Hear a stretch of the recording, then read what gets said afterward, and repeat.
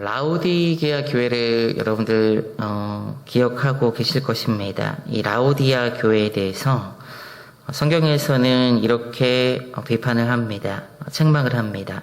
미지근하지 말고 차든지 뜨겁든지 하라. 그렇지 않으면 토하여 내치리라. 미지근한 물은 마실 수 없고 또 온천으로도 쓸 수 없는 쓸모없는 물이었습니다. 칭찬도 없이 책망만 받은 라오디게아 교회의 모습을 보면서 우리는 우리의 모습이 혹시 그 모습은 아닌지, 신앙생활하는 모습은 아닌지 늘 돌아보면서 내가 차든지 뜨겁든지 하는 차다는 것은 완전 믿음이 없음을 의미하는 게 아니라 냉철한 어떤 말씀에 기반을 둔 그런 사고를 의미하는 것이고, 그 다음에 뜨겁다는 것은 말 그대로 하나님의 성령에 충만하여 그 삶을 살아가는 것을 의미하는 것입니다. 이 두 가지 없이 차지도 않고 뜨겁지도 않고 그렇게 살아가는 것은 아닌지 우리는 우리의 삶을 돌아봐야 합니다. 이런 미온적인 자세로는 세상에서 승리하는 그리스도인의 멋진 모습을 또 그런 프라이드가 있는 그런 모습을 가질 수 없기 때문입니다. 기왕 예수 믿어 천국 가는 여정이 있는데 그 여정을 승리하며 나아갈 수 있는 믿음의 사람들이 되시기를 주님의 이름으로 축원드립니다. 성경은 우리의 정체성을 하늘에 속한 자라고 규정합니다. 그런데 그 앞에 현재 우리를 표현하는 표현이 붙어야 합니다. 세상에 살고 있는 하늘에 속한 자라고 붙어야 합니다. 우리는 분명 하늘에 속한 자로서 풍성한 하나님의 은혜를 누리고 살아가는 자들입니다.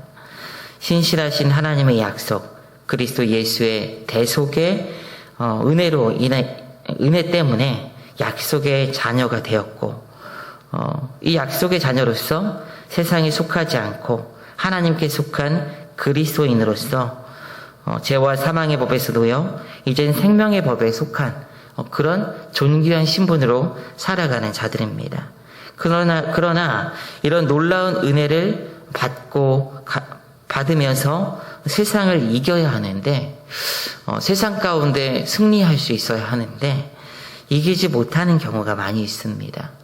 우리의 삶은 세상에 휘둘리고 세상의 지배를 받으려 하고, 심지어 우리 스스로 이 세상의 힘과 권력, 세상적인 방법을 추구하며 살아가는 것을 아무 꺼리낌 없이 받아들이곤 한다는 것이죠.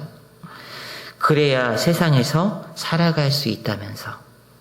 그러나 이런 신앙생활은 이 앞선 라오디 교회의 모습이며 하나님께 책망받기 딱 알맞은 신앙의 자세입니다. 가인과 아벨의 제사에서 가인의 제사를 받지 않는 이유에 대해서 많은 설교를 우리는 들어보았습니다. 그중 하나가 바로 하나님께서 찾아오셔서 가인에게 하신 이 말씀 가운데 있습니다. 죄가 문 앞에 엎드려 있느니라. 너는 죄를 다스릴지니라. 아담의 범죄로 말미암아 죄가 시작되었고, 그때부터 죄는 세상에 편만하게 되었고, 지금도 문 앞에 엎드려서 우리를 삼키려 하고 있습니다. 여기서 문 앞에 엎드려져 있다는 이 표현, 제가 몇 번인지 강단에서 얘기했는데, 이것은 굶주린 사자가 먹이를 잡으려고 가만히 웅크리고 있는 자세와 똑같다고 제가 말씀드렸습니다. 그만큼 집중력 있게 믿는 자들을 넘어뜨리기 위해서 이 죄된 어떤 상황들이 우리를 노리고 있다는 것입니다. 죄는 보이지 않는 곳에서 우리를 삼키려고 합니다. 그래서 우리는 죄에 대한 경각심을 늘 가지고 있어야 합니다. 그래야지 하나님께 속한 자로서 세상에서 믿음으로 살아갈 수 있기 때문입니다. 여러분께 질문 한번 드리고 싶습니다. 여러분은 혹시 하나님 앞에 나오면서 하나님, 이렇게 여러분들이 평소에 나아가실 때 하나님, 이렇게 실패하고 얻어 터지고 왔습니다. 불쌍히 여겨 주시옵소서. 이런 모습으로 하나님 앞에 나아가는 때가 많습니까? 아니면 하나님, 이렇게 믿음으로 살아서 승리하였습니다. 감사합니다. 이런 자세로 나아갈 때가 많이 있습니까? 바라기는 문 앞에 우리를 삼키려고 웅크리고 있는 죄를 다스리고 하늘에 속한 자로서 세상을 이기는 믿음의 삶을 살 수 있는, 후자의 고백을 할 수 있는 그런 그리스도인들이 되시기를 주님의 이름으로 축원드립니다. 그렇다면 우리는 어떻게 세상을 이기고 죄를 다스리는 승리하는 신앙생활을 할 수 있을까요? 오늘 말씀에서 우리는 아이성 전투에서 패한 이스라엘 백성들의 모습을 보게 됩니다. 앞서 여리고라는 큰 성을 하나님께서 무너뜨리고 그 승리감에 이스라엘 백성들은 도취되었습니다. 이 백성은 패배의 큰 아픔을 그 뒤에 맛보게 돼요. 그 승리감에 도취되어서. 특히 더 충격적이었던 것은 이 아이성에 대해서 성경에서 무엇이라고 이야기하냐면 작은 성이다라고 표현을 하고 있습니다. 정탐하고 온 정탐꾼들이 그들은 소수이니 모든 백성을 그리로 보내어 수고롭게 하지 마소서라고 보고를 하죠. 소수밖에 없는 작은 성이라는 거예요. 그래서 여호수아는 3,000명쯤만 아이성으로 결국 보내게 됩니다. 그리고 그 결과는 이스라엘 백성들, 군인들, 병사들 36명이 죽임을 당하게 되는 결과로 돌아오게 됩니다. 3,000명 올라가는데 36명쯤 작은 패배네 이렇게 생각할 수 있어요. 그런데 이것은 이스라엘 백성들에게 큰 충격이었어요. 왜냐하면 이스라엘 백성들은 앞서 여리고라는 큰 성에서 그 숫자로 승리를 맛보았기 때문이에요. 그리고 자신들의 거룩한 백성으로 하나님의 약속의 말씀을 붙들고 하나님께서 그 땅을 주겠다는 그 약속의 말씀을 붙들고 지금까지 쭉 이어서 살아왔고 그 과정을 밟아오는 과정 가운데 이전의 어떤 세대들과는 달리 패배를 맛보지 않은 세대들입니다. 그런데 그 작은 성에서 이스라엘 백성들이 패하게 된 거예요. 왜 이스라엘 백성들은 이 아이성 전투에서 패하게 되었을까요? 그 작은 성에서 하나님께서 여호수아에게 그 이유를 말씀하십니다. 그 이유는 무엇이냐면요, 거룩함을 상실했기 때문에요. 이스라엘 백성들이 거룩함을 상실했기 때문에. 우리 여호수아 7장 11절 말씀을 여러분들 가지고 나온 그 성경책 한번 보시면서 한번 읽어보겠습니다. 여호수아 7장 11절 함께 읽습니다. 시작. 이스라엘이 범죄하여 내가 그들에게 명령한 나의 언약을 어겼으며 또한 그들이 온전히 바친 물건을 가져가고 도둑질하며 속이고 그것을 그들의 물건들 가운데 두었느니라. 아멘. 오늘 본문의 7장 1절부터도 심상치 않은 말씀이 등장합니다. 이스라엘 자손들이 온전히 바친 물건으로 말미암아 범죄하였으니 이는 유다 지파 세라의 증손 삽디의 손자 갈미의 아들 아간이 온전히 바친 물건을 가졌습니다. 여호와께서 이스라엘 자손들에게 진노하시니라. 아멘. 큰 성 여리고를 함락한 후에 마지막 말이 이렇게 끝나요. 아간이 하나님 앞에 온전히 바친 물건을 취하게 되고 그것이 공동체의 거룩을 훼손시킨 것입니다. 여호수아 6장 17절부터 21절까지 좀 긴 부분이 있는데 여러분들 가진 그 성경을 한번 보시면서 같이 쭉 한번 읽어볼게요. 제가 한번 읽어보겠습니다. 여호수아 6장 17절에서 21절이에요. 이 성과 그 가운데 있는 모든 것은 여호와께 온전히 바치되 기생 라합과 그 집에 동거하는 자는 모두 살려주라. 이는 우리가 보낸 사자들을 그가 숨겨주었습니다. 너희는 온전히 바치고 그 바친 것 중에서 어떤 것이든지 취하여 너희가 이스라엘 진영으로 바치는 것이 되게 하여 고통을 당하게 되지 아니하도록 오직 너희는 바친 그 물건에 손대지 말라. 은, 금과 동철 각 기구들은 다 여호와께 구별될 것이니 그것을 여호와의 곳간에 드릴지니라 하니라.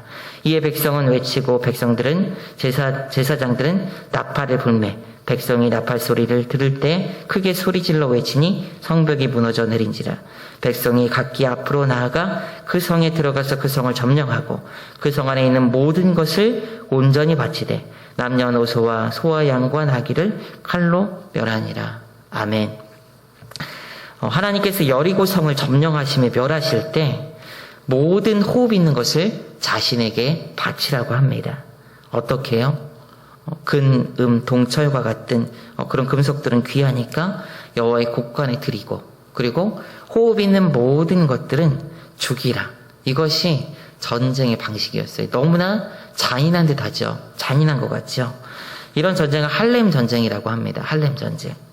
지금 관점에서 보면 굉장히 잔인하게 보이는 이런 전쟁을 하나님께서 왜 명하셨을까 궁금하기도 해요. 사실은 자비하고 은혜가 풍성한 하나님께서 왜 이런 잔인한 전쟁을 명하셨을까? 노비로 삼지 말고 가축으로도 삼지 말고 제와들도 다 곳간에 들이고 그러면서 다 죽이라고 해요. 제와들, 호흡이 없는 그런 제와들, 동철, 금은과 같은 것을 곳간에 들이되 호흡이 있는 것들은 다 죽여라. 마치 처음 난 새끼를 하나님께 드리는 것처럼 하나님은 이 가나안 땅에서의 첫 승리를 모두 취하신 것입니다. 다 가져가신 거예요. 이스라엘 백성들이 자신의 무엇으로 취하게 하지 못하게 하시고 다 가져가신 거예요. 다. 이를 구별해서 하나님께서 받으신 것입니다.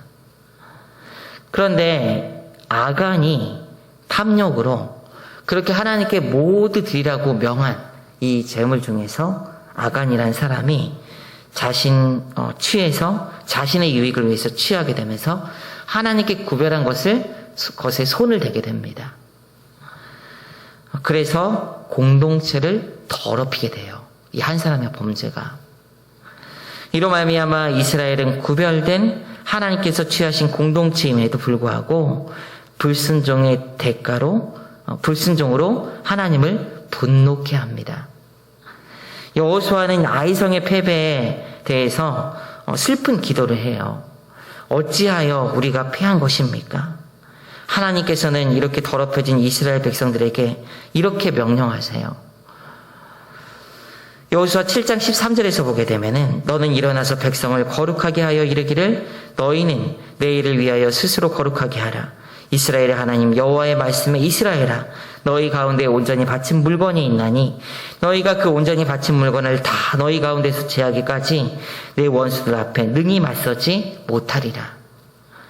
다시 백성을 거룩하게 하고 스스로 거룩하게 하라라고 명령하십니다. 그 온전히 바친 물건을 제하기까지 원수들 앞에서 능히 서지 못하리라. 우리가 세상에 나아가 영적인 전쟁에서 승리하지 못하고 죄를 다스리지 못하는 이유가 무엇일까요? 그 이유는 다른 데 있는 게 아니라 거룩함이 없기 때문이에요. 구별됨이 없기 때문입니다.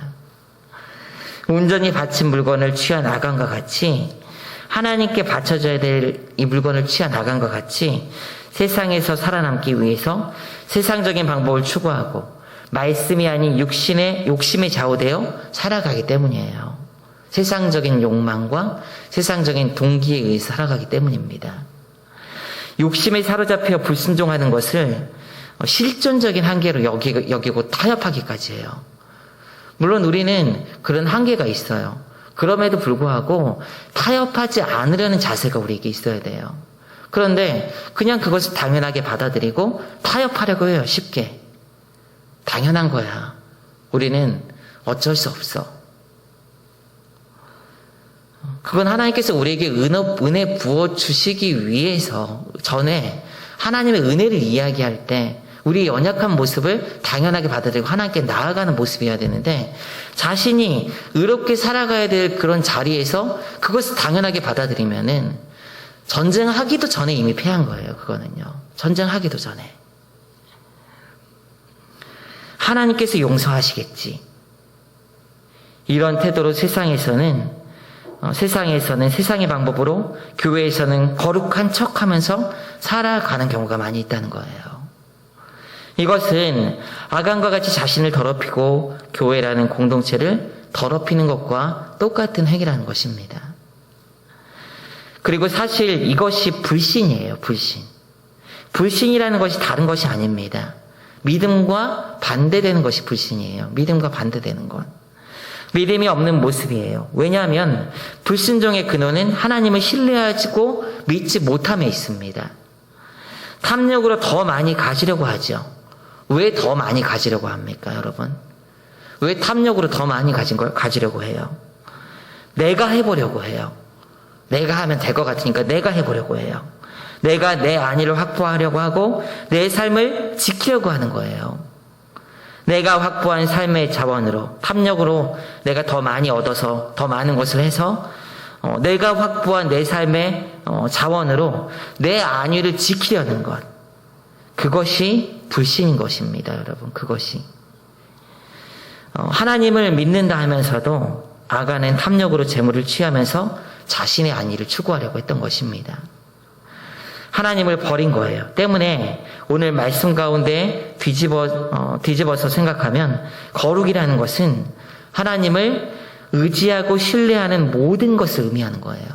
하나님을 의지하고 신뢰하는 모든 것을 의미하는 거예요. 그렇게 집중할 때 하나님께 의지하고 집중할 때, 그렇게 거룩을 지켜나갈 때 죄가 파고들 틈이 없어지는 것, 그것이 바로 거룩한 모습이라는 거예요.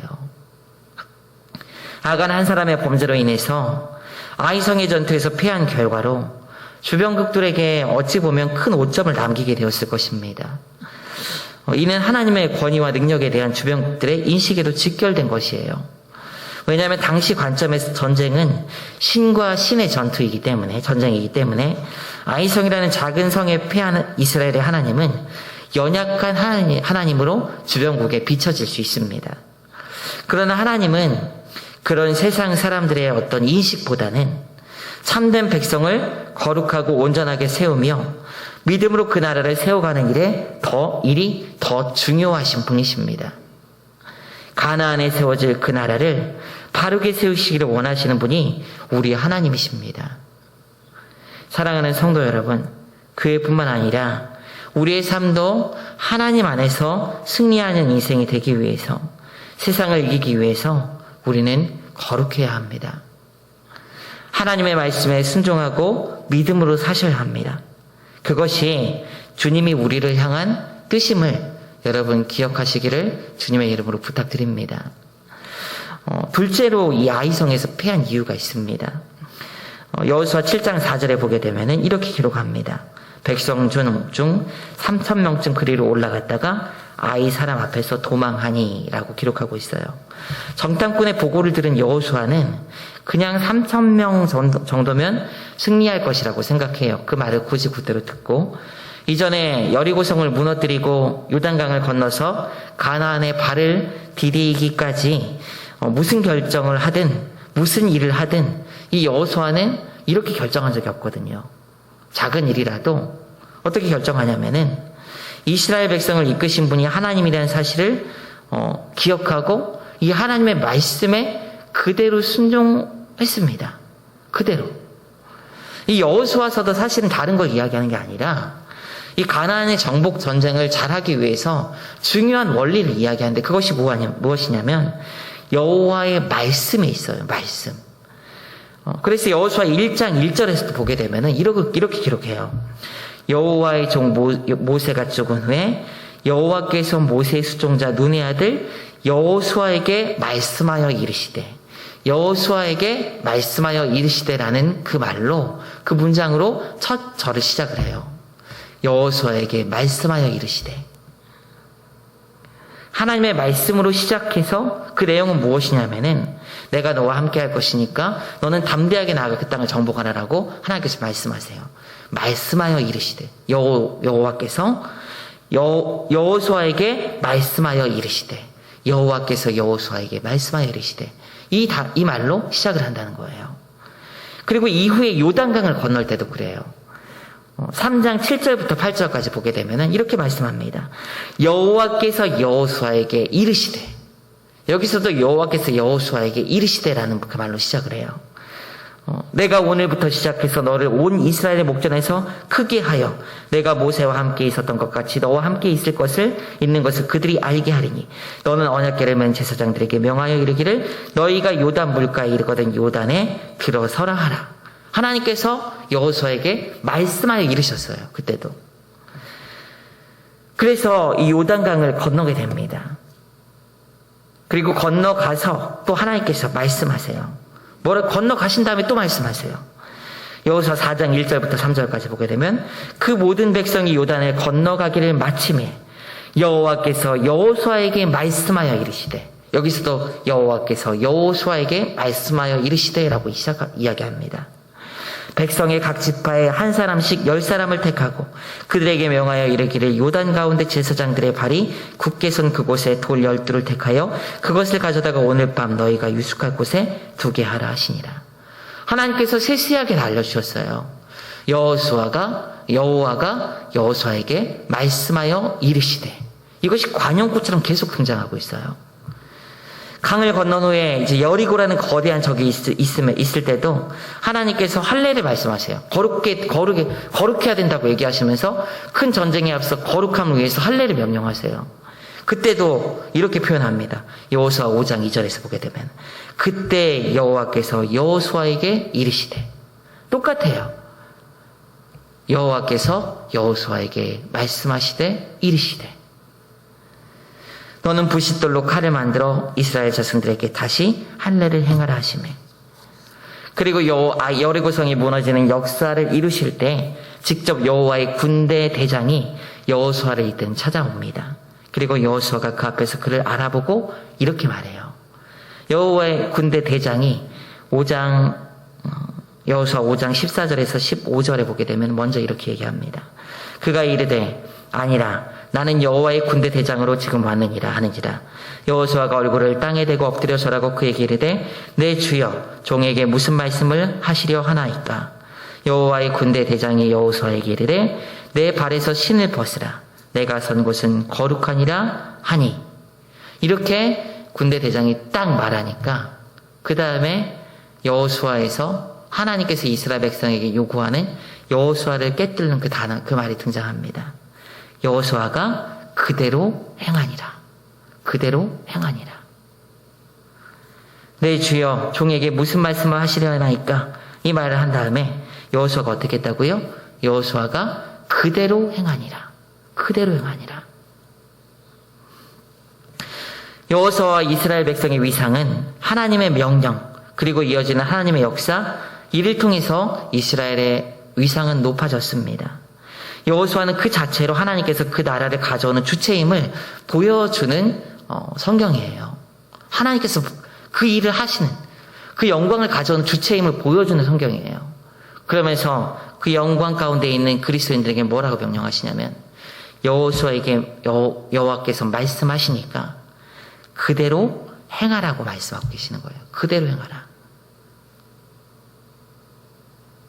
그럴 때 하나님의 말씀에 온전히 따를 때 이스라엘 백성들은 앞선 놀라운 사건들을 다 경험하게 됩니다.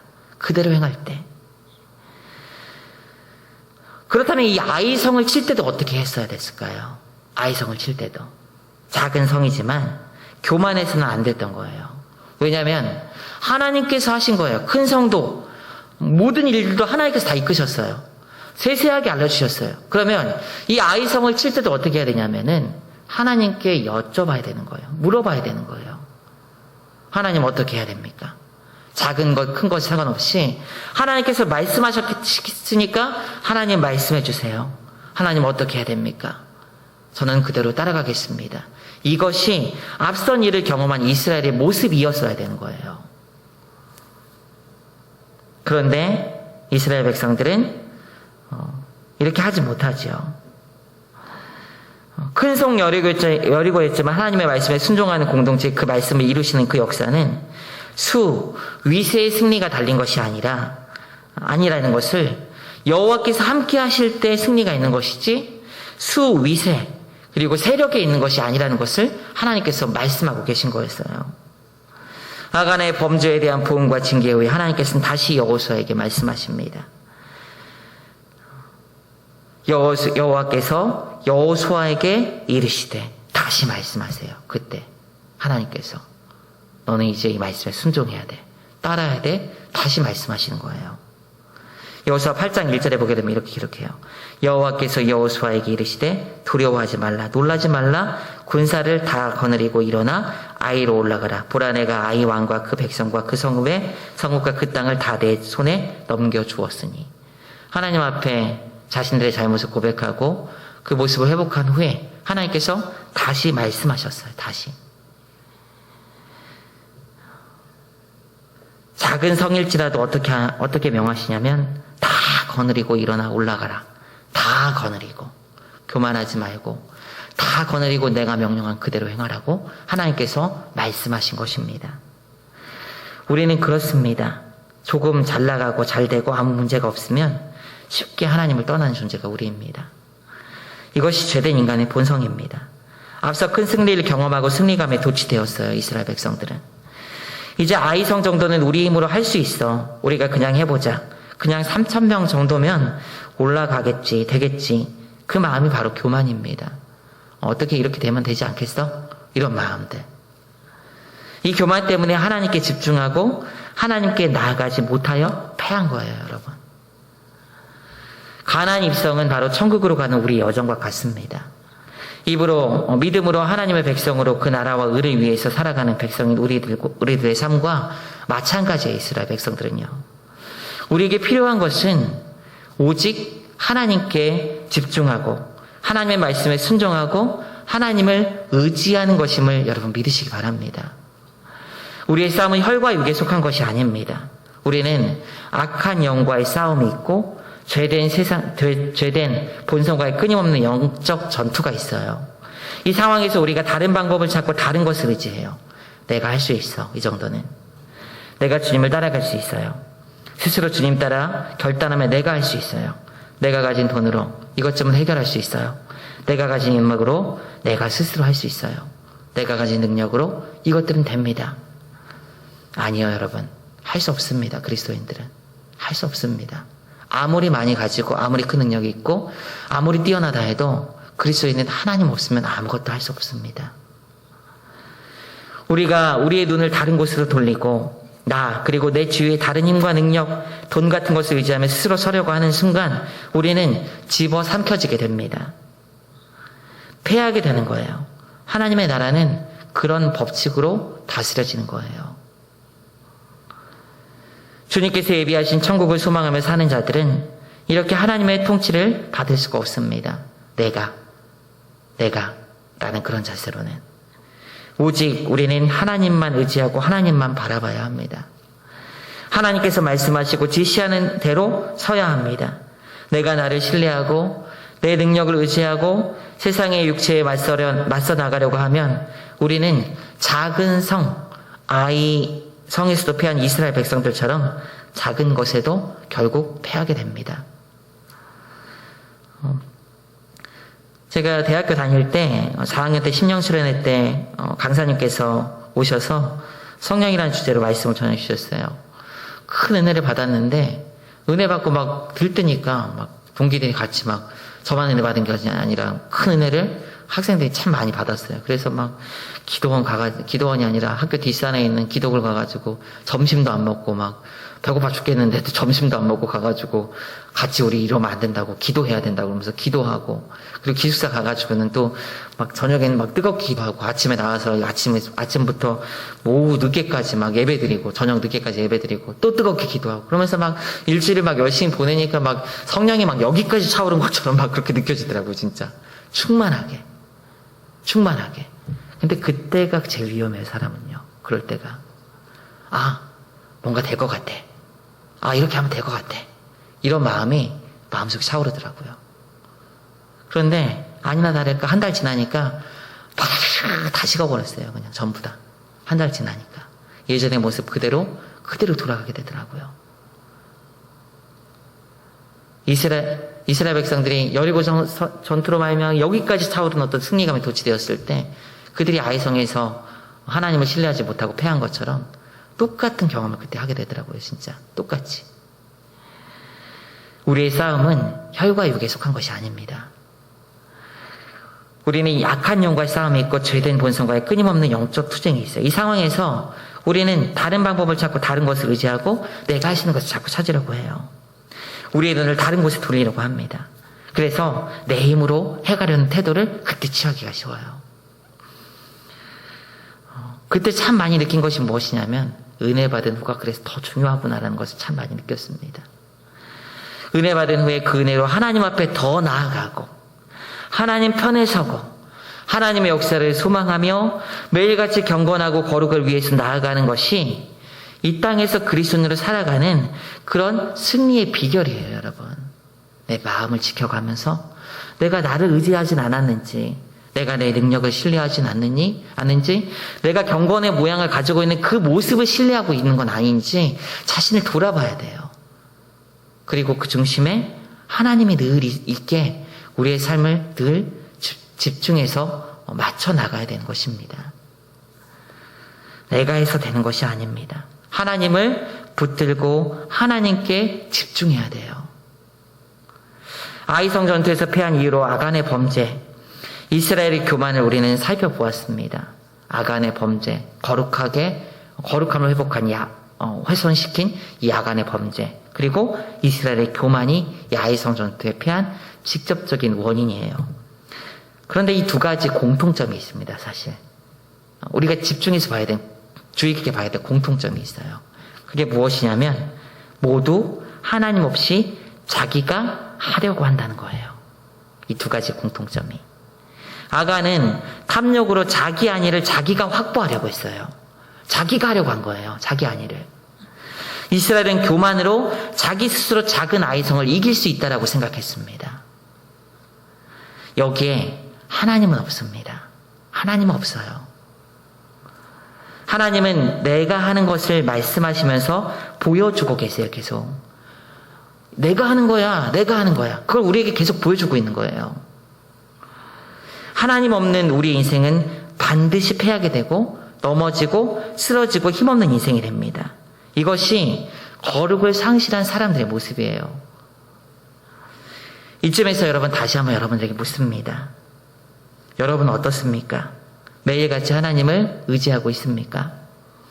우리가 싸워나가는 믿음의 싸움에 하나님께서 앞서 싸우시고 승리하는 은혜를 여러분 누리고 계십니까?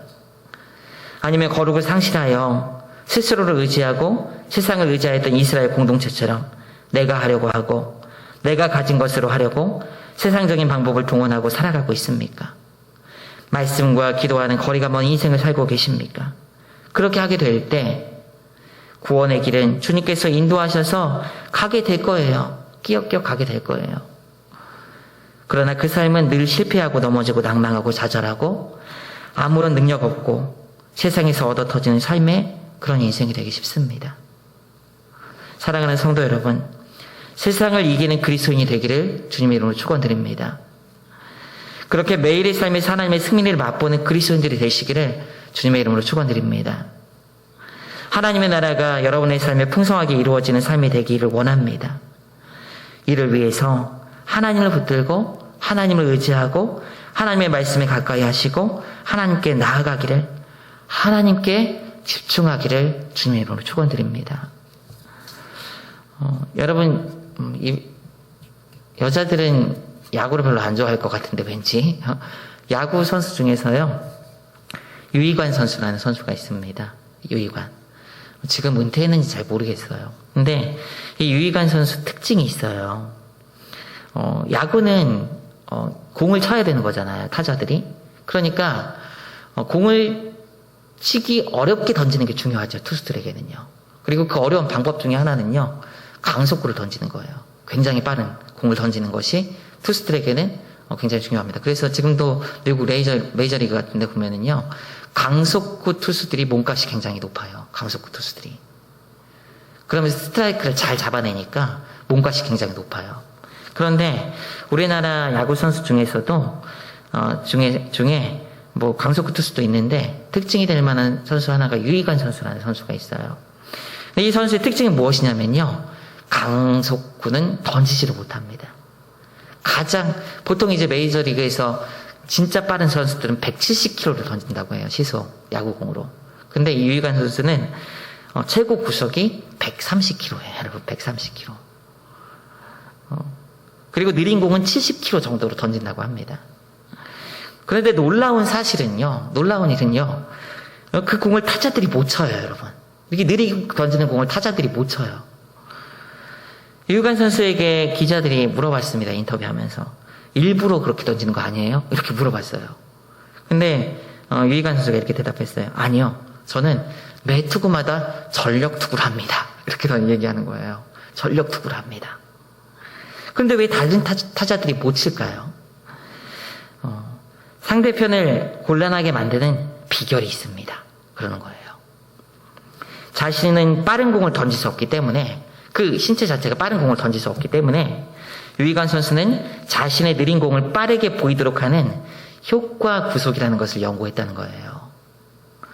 그리고 연습과 연습을 통해서 가장 느린 공으로, 느린 공을 던짐에도 불구하고 빠른 공처럼 보이게 하고, 느린 공으로 타자들의 어떤 타이밍을 뺏어서 가장 오래 버티는 투수가 되었습니다. 그리고 또 여러분 2016년에 비슷한 내용으로, 제가 그 내용으로 이런 이야기가 있었어요. 리우 올림픽이 있었거든요. 이때 일본 계주팀이 세계를 놀라게 한 사건이 있었습니다. 육상 계주에서는 이 서양인들이 신체 조건이 좋으니까, 이 근육이 많고 그러니까 이 계주나 어떤 단거리에서는 동양인들이 길을 못 펴는 거예요.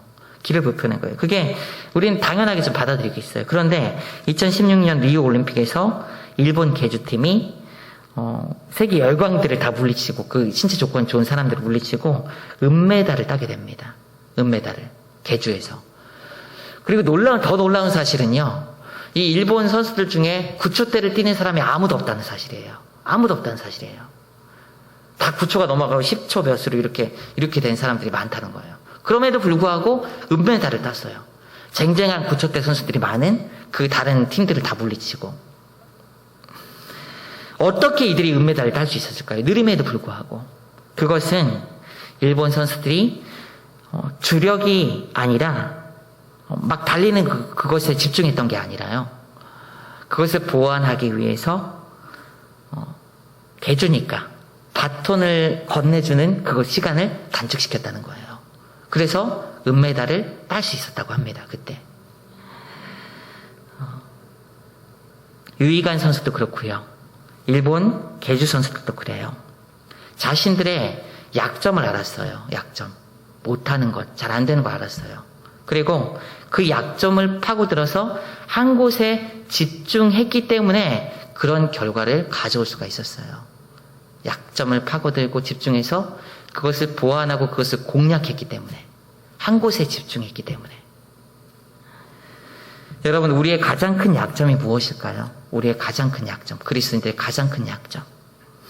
현실을 살아나가는 우리 그리스도인들의 가장 큰 약점은 하나님께 집중하고 하나님을 의지하지 않는 것에 있습니다. 다른 것에 있는 거 아닙니다. 내가 능력이 모자라고 돈이 모자라고 건강이 없고 이런 게 약점이 아니에요.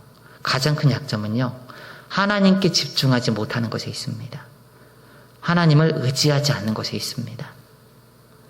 그리스도인들이 세상에서 승리하지 못하고 실패하고 넘어지고 믿음의 삶을 멋지게 살아내지 못하는 것은 세상의 다른 방법들, 나의 능력, 나의 주변과의 관계 같은 세상적인 방법에 매달리기 때문이에요. 그런데 이런 것은 조금 못해도 돼요, 여러분. 사실 그리스도인들은 조금 못해도 됩니다. 조금 없어도 되고 조금 못 배워도 됩니다. 조금 부족해도 돼요. 안 돼도 돼요. 오히려 우리의 약점은 세상을 압도하는 그들이 가진 힘이 없음에 있는 것이 아니에요. 그들이 가진 것이 없는 것에 있는 게 아니에요. 그 약점은 세상적인 방법으로 그런 모양으로 그런 모양으로는 세상을 이길 수도 없고 죄를 다스릴 수도 없어요. 우리가 집중해야 되는 가장 큰 약점은 무엇이냐면 하나님을 붙들지 않는 것에 있는 거예요. 우리가 공략해야 되는 것도 그것입니다. 1점 집중이라는 말이 있습니다. 1점 집중. 하나의 점에 집중하는 것이 필요합니다.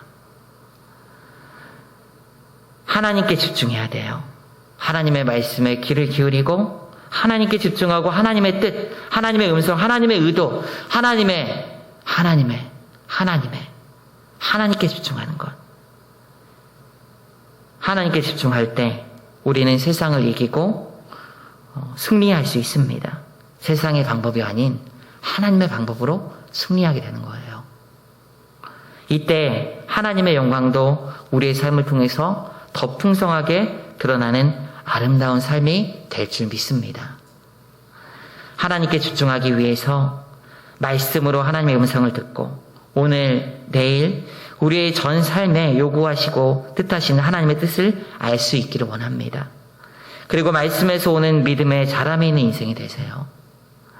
이 믿음으로 살아가기 위해서 기도의 자리에서 하나님의 능력과 은혜를 구하십시오.